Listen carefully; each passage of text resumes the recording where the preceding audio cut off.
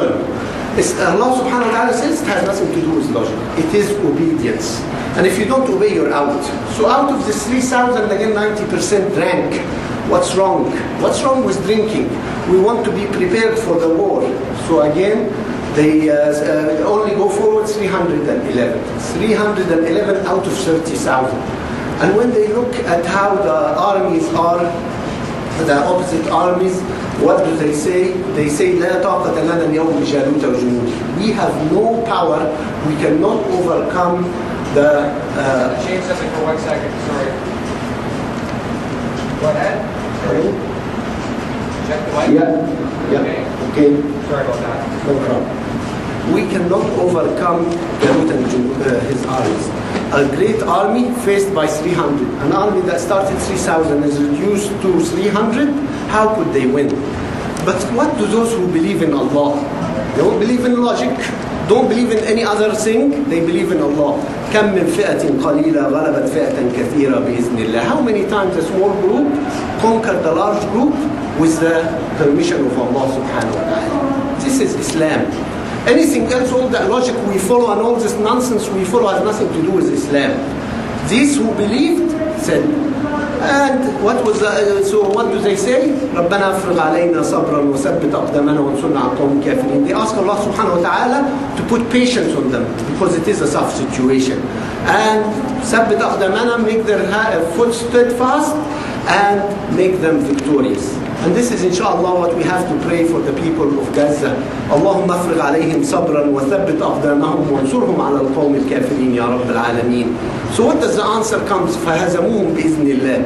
Half the letter F in Arabic means right away. As soon as they say this prayer, they won. This great army, how did they win? Prophet Dawood alayhi salam with a sling, with a rock. That's how he decided the battle. Subhanallah. And subhanallah, if we look at the Palestinians, we see they have rocks too.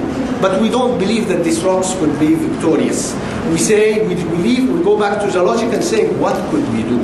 If we believed, Allah subhanahu wa ta'ala says, فَهَزَمُوهُمْ بِإِذْنِ اللَّهِ. They conquered them with the will of Allah. This is the Quran. This is the story from the Quran to teach us. But what we like is we like to hold on to logic. 1.5 billion people, what could we do? And this is the logic. And we have to stop back and realize that we have to go back to the Quran and understand and take the lessons. And then the next ayah in Surah Al-Imran, الَّذِينَ قَالَ لَهُمُ النَّاسِ إِنَّ النَّاسَ قَدْ جَمَعُوا لَهُمْ فَاخْشَوْهُمْ. People told them, there's great armies coming to conquer you and destroy you, fear them. And all these tanks we watch in the nice news, this is what they're trying to do psychologically, telling us, fear them. You cannot win. So what did they say? فَقَالُوا حَسْبُنَا اللَّهُ وَنِعْمَ الْوَكِيلُ. They said, we are with Allah. Allah is enough for us. وَنِعْمَ الْوَكِيلُ, and we rely on Allah.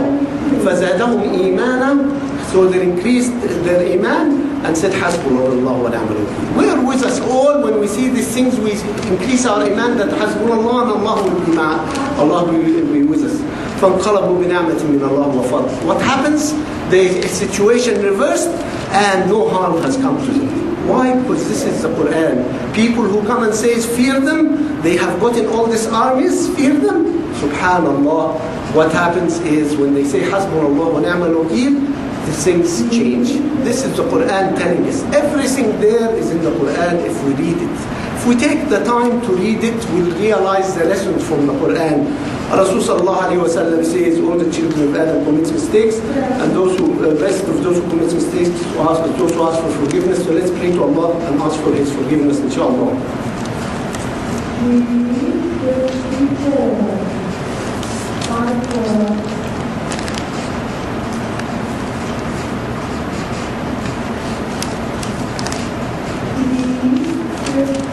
Alhamdulillah, wa ashhadu an la ilaha illallah. وَأَشْهَدُ أَنَّ مُحَمَّدًا رَسُولُ اللَّهِ. And we go back to the Quran in Surah Al-Ma'idah, another scene exactly. When Prophet Musa alayhi salam took Bani Israel to go into Palestine, what did they say? قالوا إن فيها قوما جبارين وأن لم ندخلها حتى يخرجوا منها. There is great giants there, there is very powerful people, we will not go till they go out. The land is the same land, the land of Palestine. And going in and has Qawm Gabbarin, very strong armies, nobody could win against them. And Musa alayhi salam tells them, go in. So what does the next ayah say? قال رجلان من الذين يخافون. Two men that fear Allah subhanahu wa ta'ala says, ادخلوا عليهم الباب. Just go in the doors. فإذا دخلتموه فإنكم غالبون. If you go in, you will win. Subhanallah, because Iman says this. Allah subhanahu wa ta'ala says Sunnatullah. The Sunnatullah, the footsteps of Allah, is if a Muslim, a believer, faces an unbeliever, the believer has to win. And the non-believer has to run away. This is Sunnatullah. ادخلوا عليهم الباب. Just go in the door. It didn't say go and fight or. Just go forward. فإذا دخلتموه فإنكم غالبون. If you go in, you will win. So what do they say? أَلَّا نَدْخُلْهَا أَبَدًا مَا دَامُوا فِيهَا. We will not go in so long as they're there. فَاذْهَبْ أَنْتَ وَرَبُّكَ فَقَاتِلَا إِنَّهَا هُنَا قَاعِدُونَ. You and your God go and fight, we are staying here. And look at this thing. You and your God go and fight, we are staying here. If you read the chat groups, a lot of people are asking that Egyptians should go and fight this battle. And nobody said, I will go and the Egyptians should join me. You go. Somebody else should go. Everybody else is somebody else should go. And I'm staying here and I wish you luck. And I might pray for you. SubhanAllah. The whole scene is there in the Quran, step by step, if we only read and if we only know. ادخلوا عليهم الباب. Just go in. Walk out. This is the Quran.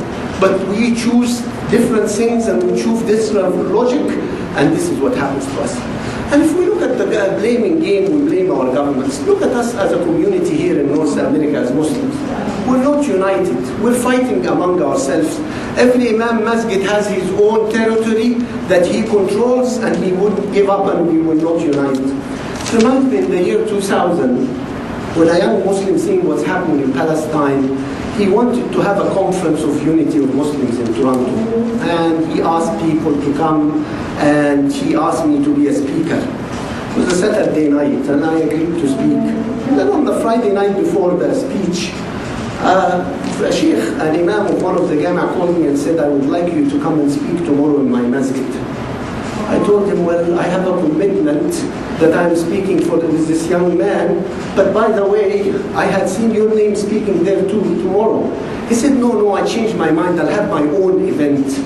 I'll have my own event. This is how we all feel. He was afraid maybe this young man might succeed and unite us, and then he loses his power.